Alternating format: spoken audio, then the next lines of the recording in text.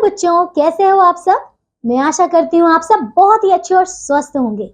तो आज की कक्षा में हम शुरू करने वाले हैं हमारा अध्याय नंबर 16, ठीक है।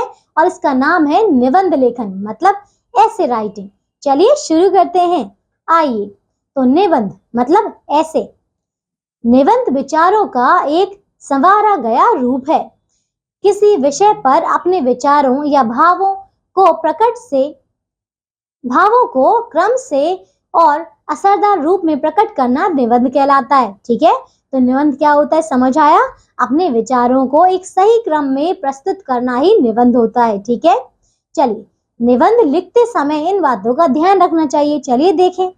तो पहला है, जिस विषय पर आप निबंध लिखने जा रहे हैं उस विषय की आपको जानकारी हो, ठीक है। दूसरा, निबंध में क्रम हो।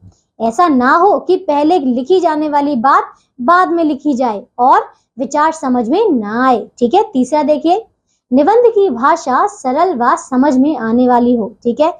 चौथा, बेकार में बातें दोहराई ना गई हो। पांचवा, वाक्य रचना समझ में आने वाली तथा वर्तनी ठीक हो, ठीक है।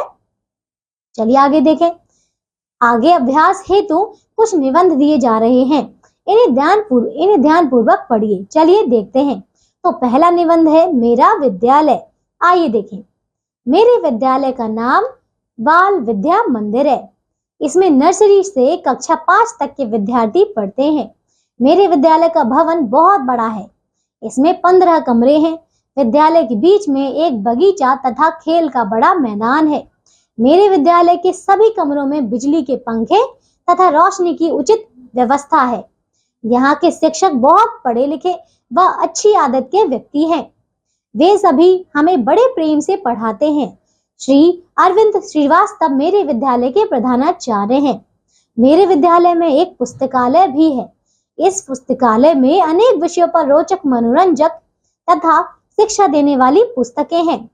मुझे अपना विद्यालय बहुत अच्छा लगता है, ठीक है। तो देखिए कितने अच्छे तरीके से इन्होंने निबंध लिखा है मेरे विद्यालय पर, ठीक है। चलिए दूसरा विषय करते हैं। ये है रंगों का त्योहार होली। आइए देखें। होली हिंदुओं का प्रिय त्योहार है। यह आनंद और उमंग से भरा होता है, जिसकी शोभा देखते ही बनती है। होली का त्योहार फाल्गुन के महीने में मनाया जाता है ना। इस संबंध में एक कहानी भी प्रचलित है।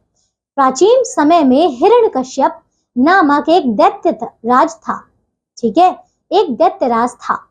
वह स्वयं को भगवान से भी बड़ा मानता था। उसका पुत्र प्रहलाद भगवान का बहुत बड़ा भक्त था। हिरण्यकश्यप को यह सहन ना हुआ। उसने प्रहलाद को मार डालना चाहा। कई बार असफल होने पर उसने अपनी बहन होलिका से कहा कि वह प्रहलाद को लेकर जलती आग में बैठ जाए, लेकिन होलिका को आग में न जलने का वरदान प्राप्त था। इससे होलिका बच जाती और प्रहलाद जलकर मर जाता। उसने ऐसा ही किया, परंतु प्रहलाद सकुशल जीवित बच गया और होलिका जलकर मर गई। तब से असत्य पर सत्य की विजय के रूप में ये त्योहार मनाया जाता है।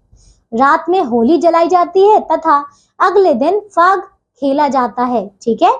फाग में रंग, गुलाल, अबीर और चंदन से होली खेली जाती है। लोग बिना किसी भेदभाव के एक दूसरे को रंग लगाते हैं और गले मिलते हैं। यह क्रम सुबह से दोपहर तक चलता रहता है। इस अवसर पर घरों में तरह तरह के पकवान बनाए जाते हैं। लोग एक दूसरे के घर जाकर रंग लगाते हैं और पकवानों का आनंद लेते हैं, ठीक है। वास्तव में यह मस्ती का त्योहार है। हमें मर्यादा के भीतर रहकर ही इसे मनाना चाहिए, ठीक है। तो कितना अच्छा निबंध इन्होंने लिखा है, ठीक है। चलिए अब हमारा अगला विषय है गाय। आइए देखते हैं। कजल मेरी पालतू गाय है। कजरी मेरी पालतू गाय है। इसकी 4 टांगे हैं, 2 आंखें हैं, 2 लंबे कान, 2 सींग और 1 लंबी पूंछ है।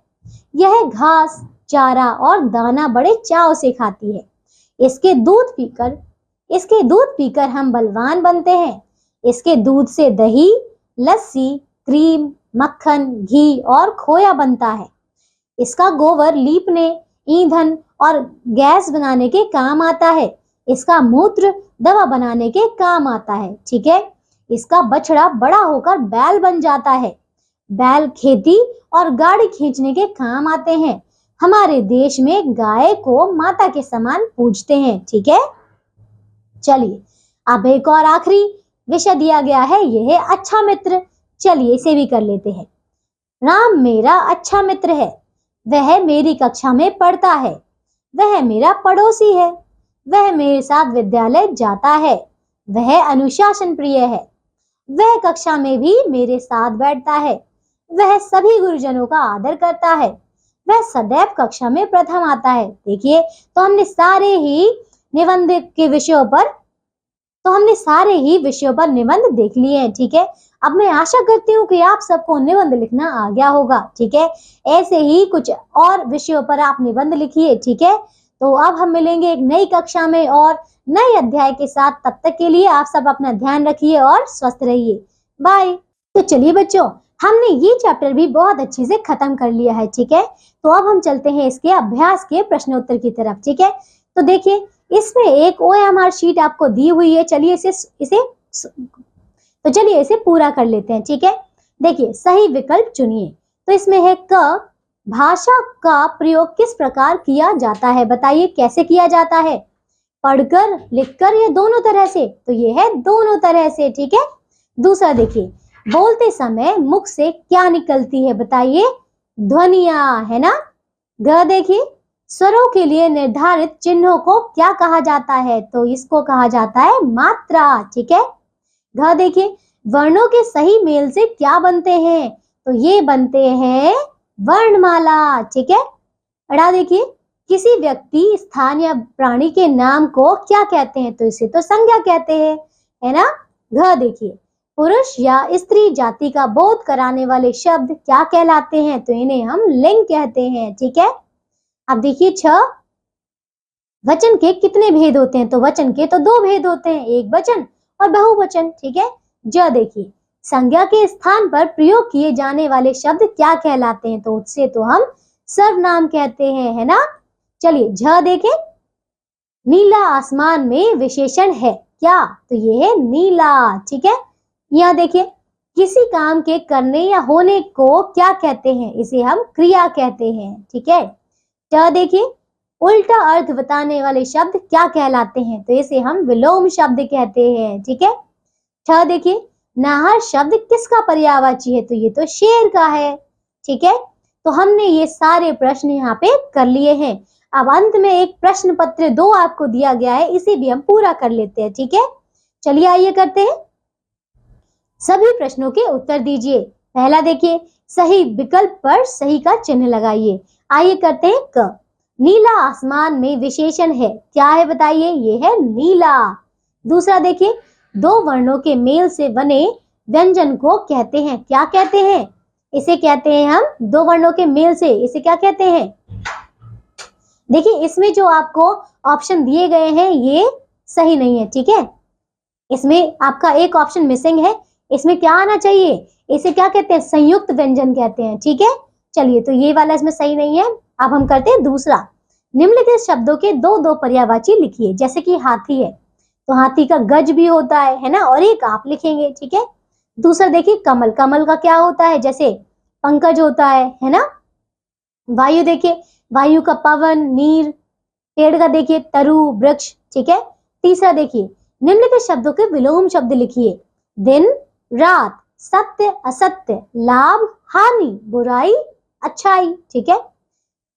4 देखिए, प्रश्न नंबर 4, निम्नलिखित प्रश्नों के उत्तर दीजिए। क है, काम का बोध कराने वाले शब्द क्या कहलाते हैं, तो इन्हें क्रिया कहते हैं। ख देखिए, प्रतिदिन होने वाले कार्य को क्या कहते हैं, बताइए क्या कहते हैं हम। चलिए तो इसका उत्तर आप बताइए, ठीक है। अब 5वां देखिए, निम्नलिखित में से किसी एक विषय पर निबंध लिखिए। तो ये देखिए आपको 3 विषय यहाँ पे दिए गए हैं, आपको निबंध लिखना है, ठीक है। तो चलिए ये हमारा अध्याय पूरा होता है, हमने सभी प्रकार के प्रश्न उत्तर कर लिए हैं। तो अब मैं आशा करती हूँ कि अब आपको बहुत सारे विषय यहाँ पे अच्छे से समझ आ गए होंगे। अब हम मिलेंगे एक नई कक्षा में एक नए अध्याय के साथ। तब तक के लिए आप सब अपना ध्यान रखिए और स्वस्थ रहिए। बाय।